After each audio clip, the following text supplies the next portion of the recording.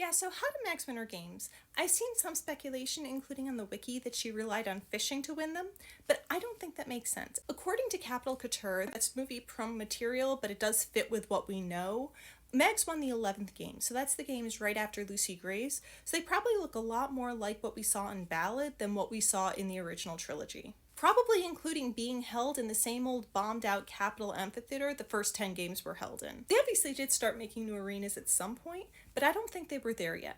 Snow doesn't mention it in the epilogue of Ballad when he's talking about changes they're making to the games, and there's no real reason why it would happen. They'd really want to avoid any more escape attempts, which would be a lot easier in a really big arena. Most people also haven't been watching the games, so the amphitheater isn't stale yet, especially given all the new nooks and crannies created by the bombing we see in Ballad.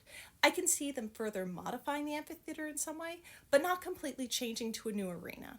They're already setting up all kinds of new infrastructure around Capitol involvement, giving all the districts basic cable to force them to watch, making 12 Victor's Villages, planning out a victory tour. They're doing a lot. There's no reason for them to make a new arena. And it still being in the amphitheater still makes sense in the context of Max's win. Snow says that the tributes with the best chance to win in that arena have been from the best fed districts. He identifies those as 1, 2, 4, and 11.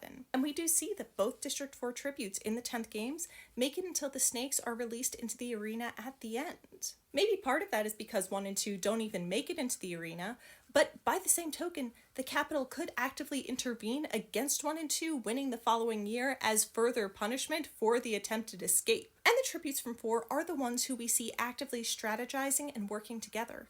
Coral and Mizzen form what Snow refers to as a pack in the arena in the 10th games. A strong, comparatively well-fed 16-year-old Max with the trident or spear, yeah, she could be formidable. And even if her being 16 and a girl meant that she was a bit smaller than some of the other tributes, which is not necessarily a given, that also wouldn't necessarily be a disadvantage. There were a lot of passageways and crevices that could have given her access to. And if she was wielding a spear or a trident as Finnick, Mizzen, and Coral all did, one of the good things about spears and tridents is that they can start to neutralize the impact of size in a fight. That's probably part of why 14-year-old Finnick won and 13-year-old Mizzen made it to nearly the end.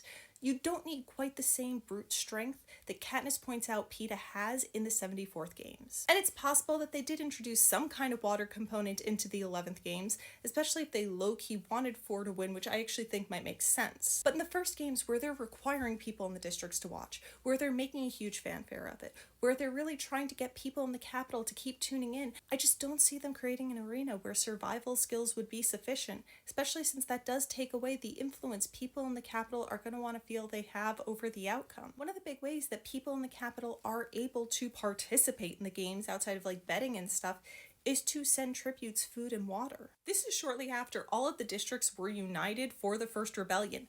Everyone in the 11th games was born before the Hunger Games was a thing.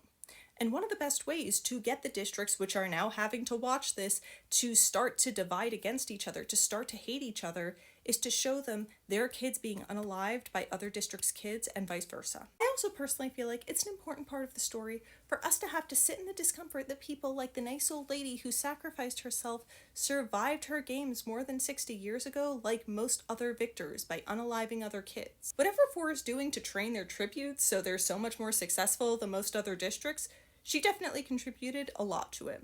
Her being good at making fishhooks when she's 80, somehow implying that that's how she won her games, is another example of the way I feel like some fans of the Hunger Games can be prone to sanitizing characters in ways that do kind of rob the series of some of its complexity and social commentary.